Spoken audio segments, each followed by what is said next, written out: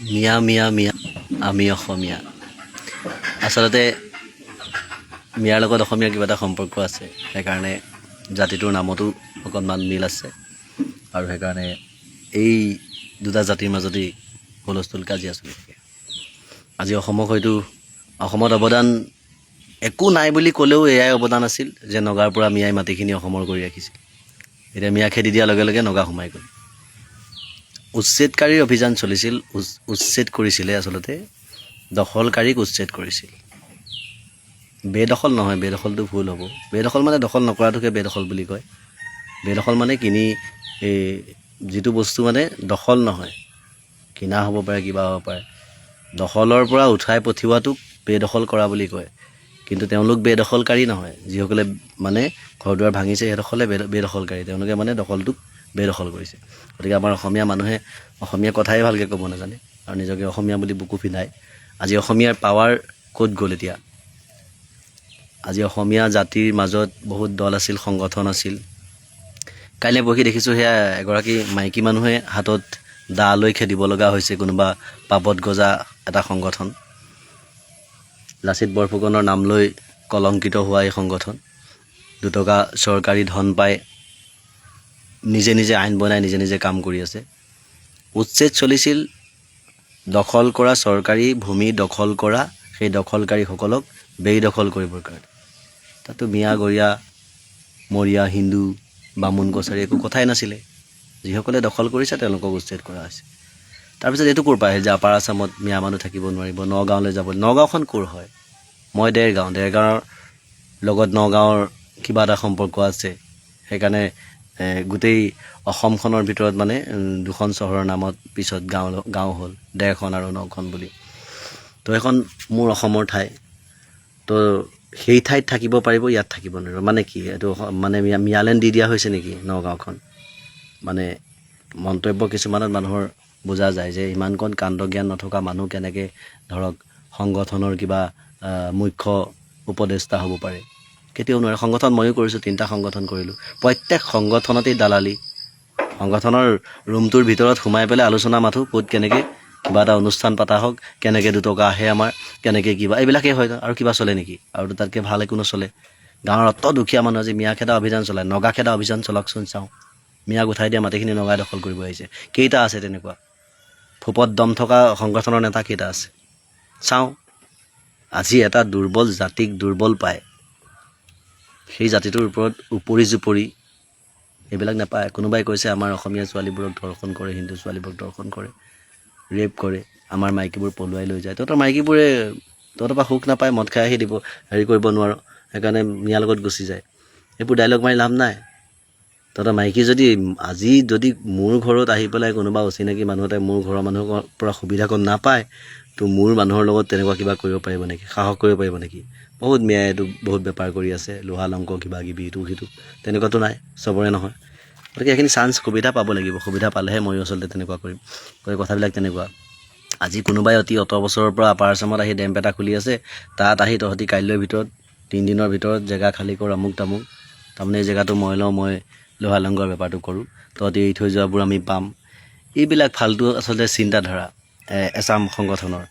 চৰকাৰে কৰিছে ৰাজনীতিৰ মুনাফাৰ কাৰণে, আচলতে কিবা লাভ হ'ব বুলি ভাবি এটা জাতিৰ বা এটা ধৰ্মক লৈ ৰাজনীতি কৰি আছে। একো নাথাকিলে এইটোৱে কৰে।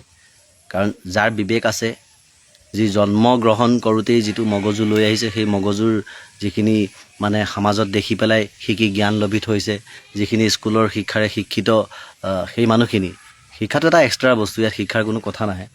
তো সেই জ্ঞানখিনি যি সমাজৰ সুস্থ সমাজৰ জ্ঞান মগজুত লভি থৈছে, সেই মানুহখিনিৰ মনত আছে, সেই মানুহখিনিয়ে জানে। আৰু আজিকালিতো টকাত যদি দেহা বিক্ৰী হয় এগৰাকী নাৰীৰ, এজন পুৰুষৰ মগজ বিক্ৰী হোৱাটো কি ডাঙৰ কথা? গতিকে বিক্ৰী হ'বই। মই লাহে লাহে ময়ো আচলতে বিজেপি চৰকাৰ ছাপোৰ্ট কৰিছিলোঁ। চৰকাৰৰ গাত দোষ নিদিওঁ, চৰকাৰে নকৰাটো ক'লে ভুল হ'ব, সকলোৱে কৰিছে। কিন্তু চৰকাৰখনত থকা কিছুমান নেতা, কিছুমান পালি নেতা, সেই তেওঁলোকৰ কথাহে কওঁ। তেওঁলোক আচলতে যেতিয়া মানুহে, যিকোনো এজন মানুহে, সকলো মানুহ নহয়, সকলো মানুহে সেইটো কাম নকৰে। আজি আপোনাৰ যদি এটা সপোন পূৰা হৈ যায়, পূৰা হোৱাৰ পিছত আপুনি ক'ত আছোঁ, আকাশতে আছোঁ নে পাতালতে আছোঁ, কি কৰিম কি নকৰিম মানে এনেকুৱা হৈ যায়। গতিকে সেই আমাৰ অসমতো সেইটোৱে হৈ আছে। আজি কাৰ সময়ত, তাৰ আগলৈকে মই চৰকাৰখনক ছাপোৰ্ট কৰোঁ। আহিছে, পৰিৱৰ্তন কৰিছে, তাৰ আগতো কিবা কিবি এনাৰ্চি বহুত জেং কিবা হৈ গ'ল।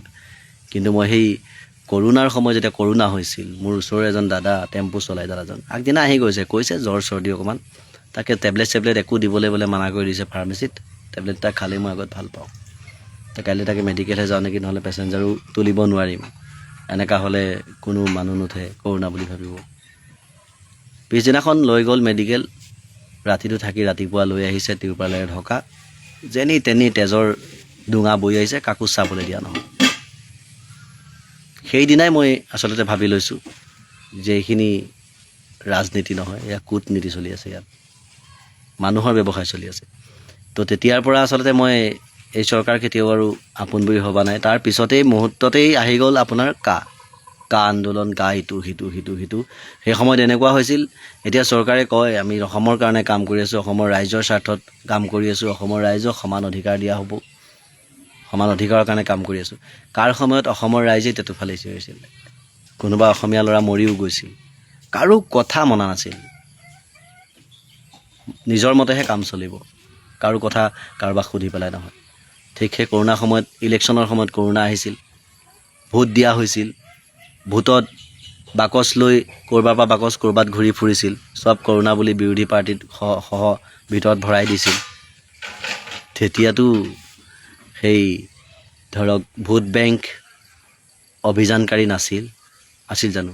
জোনমণি ৰাভাৰ নিচিনা এগৰাকী আপোনাৰ বীৰাংগনা, অসমৰ কনকলতা বুলি ক'লেও ভুল নহ'ব আচলতে, এগৰাকী মানে ভুল শুদ্ধ সেইখিনি যেতিয়া কোনেও দেখুৱাব নোৱাৰিলে মই শুদ্ধ বুলিয়ে ক'ব লাগিব।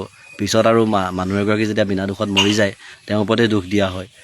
গতিকে তেনেকুৱা হিচাপত দিয়া হ'ল।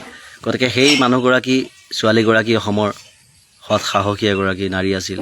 তেখেতক কি ধৰণে মৰা হ'ল, কেনেকৈ মৰা হ'ল, গোটেই অসমৰ মানুহে জানে।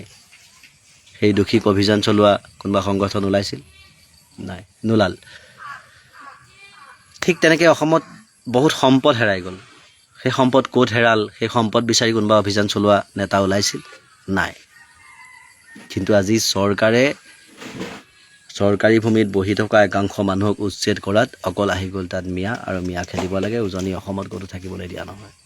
মানে এটা দুৰ্বল জাতি, এতে একো কৰিব নাই। এতিয়া চৰকাৰ বা অসমৰ হিন্দু একাংশ মানুহ চব মিঞা বিৰোধিতা কৰি আছে। সেইটো চান্সতে সিহঁতক আমিও মানে মতা লোৱা দেখুৱাওঁ। তো মতা ল'ৰা দেখুৱাবলৈ যাওঁতে এগৰাকী মাইকী মানুহে মেখেলা পিন্ধাই দৌৰাই দিলে। এইবিলাকেই হ'ল আমাৰ অসমৰ সংগঠনৰ লিডাৰ, নেতা। মাৰোৱাৰী বিহাৰীক গৈ দম দি আচলতে এনেকেই কালেকশ্যন কৰি নিজৰ বুকুত সাহস গোটাই এতিয়া অসমীয়াক দম দিবলৈ গৈছে। গতিকে এইবোৰ দম কোনেও সহ্য নকৰে। ফকতীয়া মানুহৰ ফকতীয়া কথাত কোনোবা ভুল যাব নেকি? জানেই মূল মন্ত্ৰ মানুহজনৰ কথাবিলাকেই কেনেকুৱা মানুহে জানে, কোন মুহূৰ্তত কি কয় গম নাপায় মানুহে।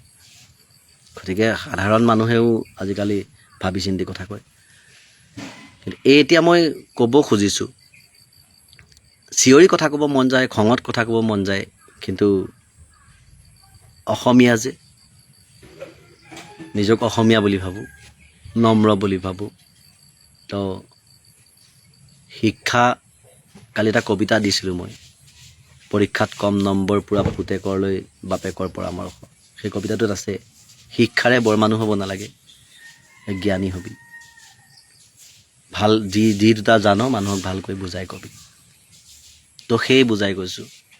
অভদ্ৰামী পৰিচয় দিব নাযাওঁ, কেলা বুলি ময়ো ক'ব পাৰোঁ, আৰু তাতকৈ বেয়া শব্দবোৰ চিঞৰি ময়ো ক'ব পাৰোঁ। আছে সস্তীয়া কথাৰে জনপ্ৰিয়তা নালাগে মোক, আৰু মই জনপ্ৰিয়তা বিচাৰি ফেচবুক চলোৱা নাই। যদি মই সেইটো বিচাৰি ফেচবুক চলালোহেঁতেন, ৰাতিপুৱা দুপৰীয়া মই 3 টাইম 3টা ভিডিঅ' কিবা ইটো সিটো আল বাল দি মই ফেচবুকটো এনেই মানে গোবৰ বনাই থাকিলোহেঁতেন। কিন্তু মোক সেইবোৰ নালাগে। মই নিজেই কষ্ট কৰি এমুঠি খাই আছোঁ, মোক চৰকাৰে দিয়া সেই ফ্ৰী চাউলটো মই নাই লোৱা। গতিকে মই কাৰো সৈতে কথা নকওঁ। মই এটাই জানো, পৃথিৱীৰ জীয়াই থকা জীৱ একেবাৰে পৰুৱাটোৰ যিমানটো জীৱ আছে, জীৱটোৰ চাইজ যিমান, মানুহৰো সিমান।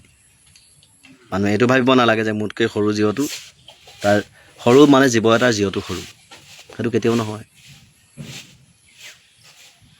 কাৰণ ডাঙৰ মানুহ এটাই পৰুৱা এটা গছক মাৰি দিব পাৰে, মানুহ এটা মুৰ্গী এটা ধৰি ঠেকেচি মাৰি পেলাব পাৰে।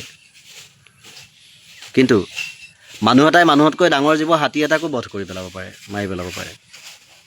যদি হাতীটোৰ জীৱটো মানুহতকৈ ডাঙৰ হ'লহেঁতেন তেতিয়া মানুহে হাতীৰ জীৱটো মাৰিব নোৱাৰিলেহেঁতেন। কিন্তু জীৱ সকলোৰে সমান থাকে, সকলোৰে সমান থাকে। কিন্তু জীৱ জন্তু কথা ক'ব নোৱাৰে, জানুৱাৰ হয়, তো তাৰ সুযোগ লৈ মানুহে তাৰ লগত অন্যায় কৰে। ঠিক আজি এই জাতিটোকো জীৱ জন্তুৰ দৰে ব্যৱহাৰ কৰা হৈছে।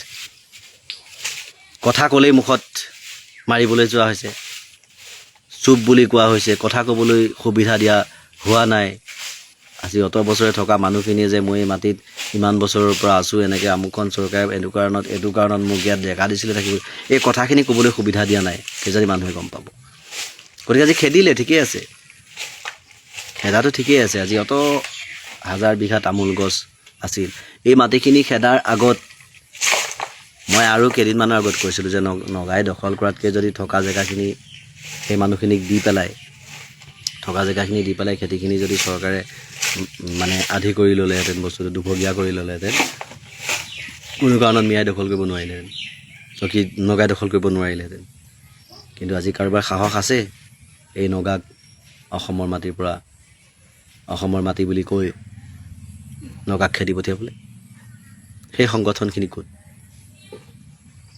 মিয়া বুলি ক'লে দৌৰ মাৰি ওলাই খেদিব লাগে, আমুক কৰিব লাগে, নাকৰ ফুটা ফুলাই ফুলাই বুকু ফিন্দাই ফিন্দাই ডাইলগ মৰা সেই সংগঠনখিনি ক'ত এতিয়া? নগা খেদি উৰিয়াম ঘাট মুকলি কৰি দিব লাগে আমাৰ অসমৰ দল সংগঠনে। তাৰে কামনা কৰিলোঁ।